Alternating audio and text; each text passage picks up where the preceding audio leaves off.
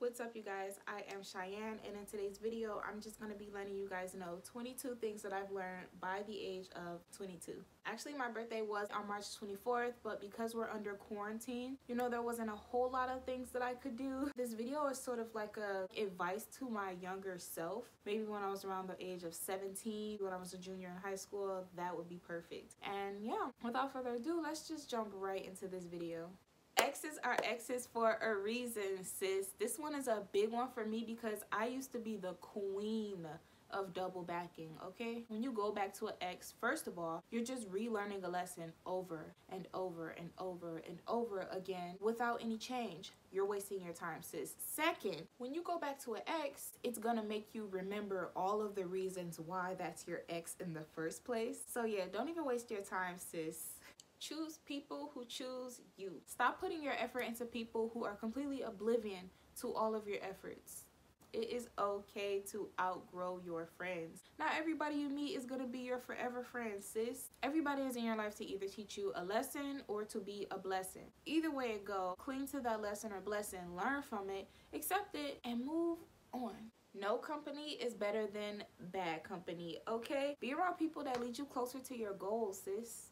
Direction is definitely more important than speed because a lot of people are going nowhere fast. So take your time, sis. If you want something done, do it right. As long as you have that direction and that goal that's very clear for you that you want to aim for, direction is more important than speed, period. Never leave your cup while you're at a party, especially if you're a female, okay? Wherever you go, your cup goes as well, even to the bathroom. Travel, Of course not now. Of course not now. Oh my gosh, of course not right now, okay? Big COVID-19 out in these streets, but when the virus is over, of course, go ahead and travel. Your money will return, but your time won't. Don't be out here telling people about your goals, man. This is one mistake I constantly did all the time. My mom was always like, you gotta move in silence. You can't be telling people your plans because people, especially your friends, can sabotage you. Word of advice, sis, just move in silence. Consistency is key, okay? And this one seems so cliche and so like, oh, okay, I always hear that. I always heard it too, sis. I just give up way too quickly, or I just get lazy too fast. That's the same thing, okay? I'm just lazy. This one might come for a couple people, but hey,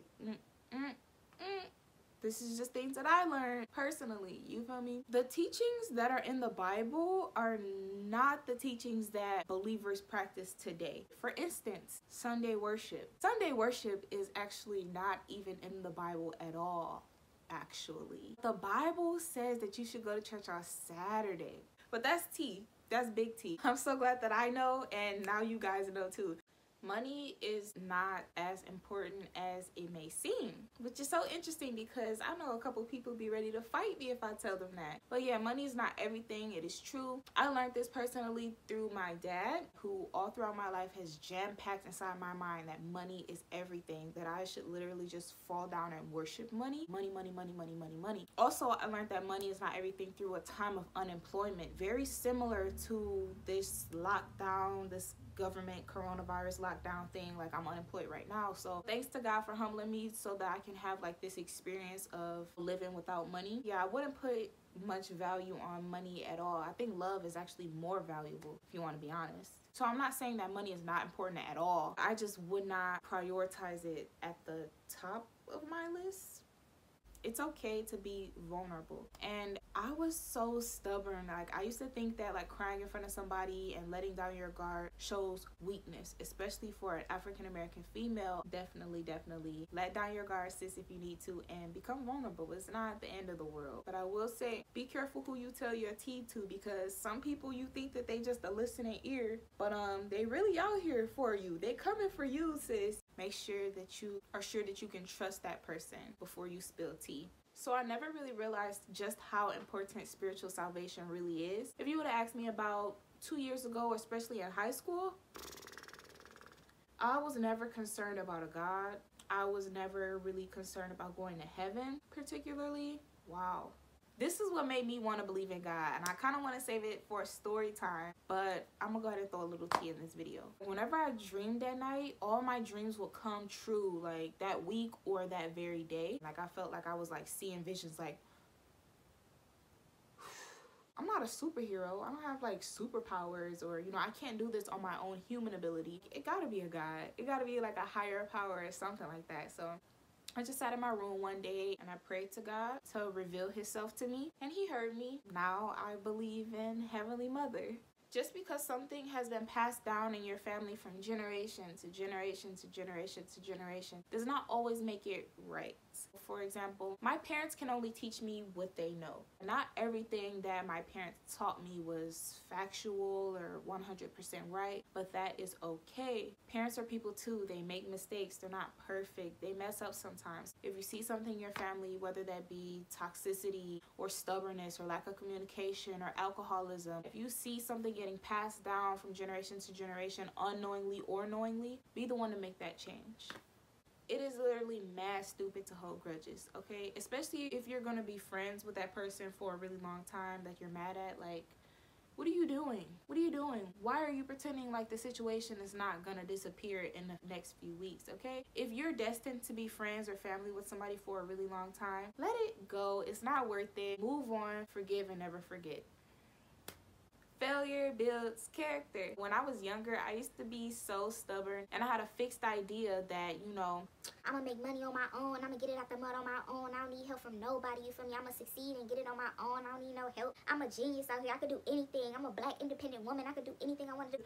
This is my mindset. So when it came to like a problem or a bump in the road where I needed help, since I just didn't ask for help, I felt like me wanting to ask somebody for help made me weak. It would just make me frustrated and feel disappointed in myself that I couldn't get this one thing on my own. Yeah, failure's not that big of a deal, you feel me? Just think of it as an opportunity for you to know how you need to move the next time.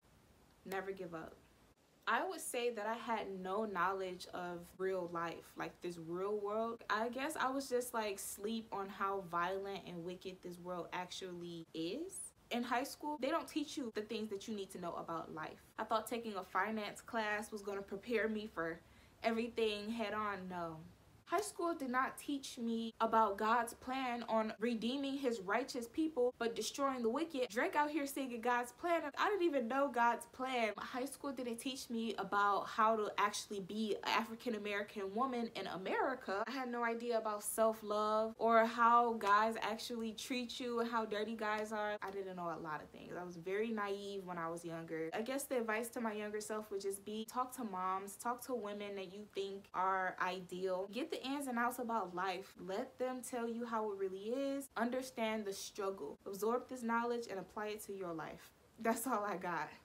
I had to learn to appreciate all seasons of my life. The good with the bad, the present with the past, everything, because it all makes me who I am today. Nothing happens by coincidence or by chance or by luck. Everything happens because it's in God's will. Those things happen to you for a specific reason, to teach you a lesson or to be a blessing. Just learn that lesson and appreciate it. Stay close to your female friends when you get a boyfriend. When I first get booed up, it's so easy to want to be booed up with your babe, but just don't forget about your female friends, your ride or dies, the ones you need to talk to and vent about your boyfriend when he be acting up. Can't forget about the female friends, sis.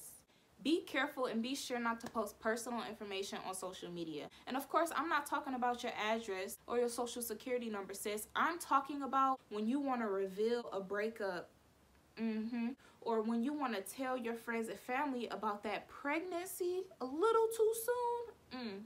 Sis, you want to be careful what you post online because there are trolls on the internet who thrive on watching people's lives blow up. When you post these things on social media, people are literally like, oh sis, what happened? Why y'all break up? Sis, I thought you was pregnant. What happened? Social media is a whole fake parallel universe. People only post what they want you to see, just like me on my Instagram. Go ahead and check out my Instagram, you feel me? But people only post the highlights and the good moments of their lives. So just keep it simple and be like everybody else. Don't post the real stuff. Post the things that you want to be seen. Post the highlights and just keep it at that. Start saying yes to all of the things that you normally would want to say no to. Because I know it seems like a little bit scary and terrifying. It is, okay, but this makes you jump right outside your comfort zone. And you know what happens when you jump outside your comfort zone? Growth, okay? So when you start saying yes to the things that you normally want to say no to, when I say things are never as bad as you think they may seem, when you get uncomfortable, that's when the blessings come.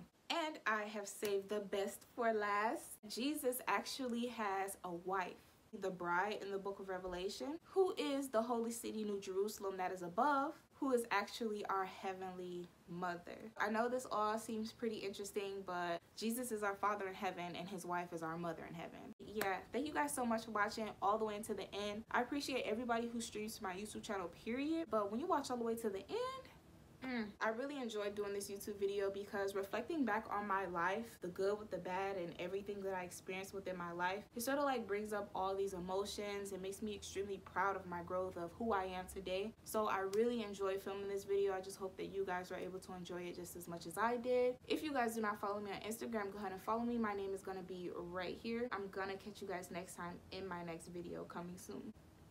Peace.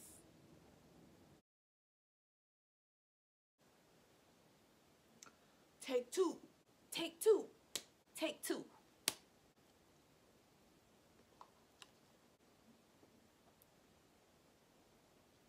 My little chocolate pieces just really jump right into it. Let's jump right into it. It is okay, baby shy. Okay, baby shy. Junior year of high school. This is a big YouTube notebook. Quick disclaimer. Throughout this video, I am going to be eating this ice cream. It is called the Haagen-Dazs Spirits Bourbon Vanilla Bean Truffle Ice Cream, and it is lit. It really tastes like bourbon, so let me find out I gotta eat ice cream while I'm filming. What's up, you girls? Just gonna be doing 22 things that I've learned by the age of 22. What?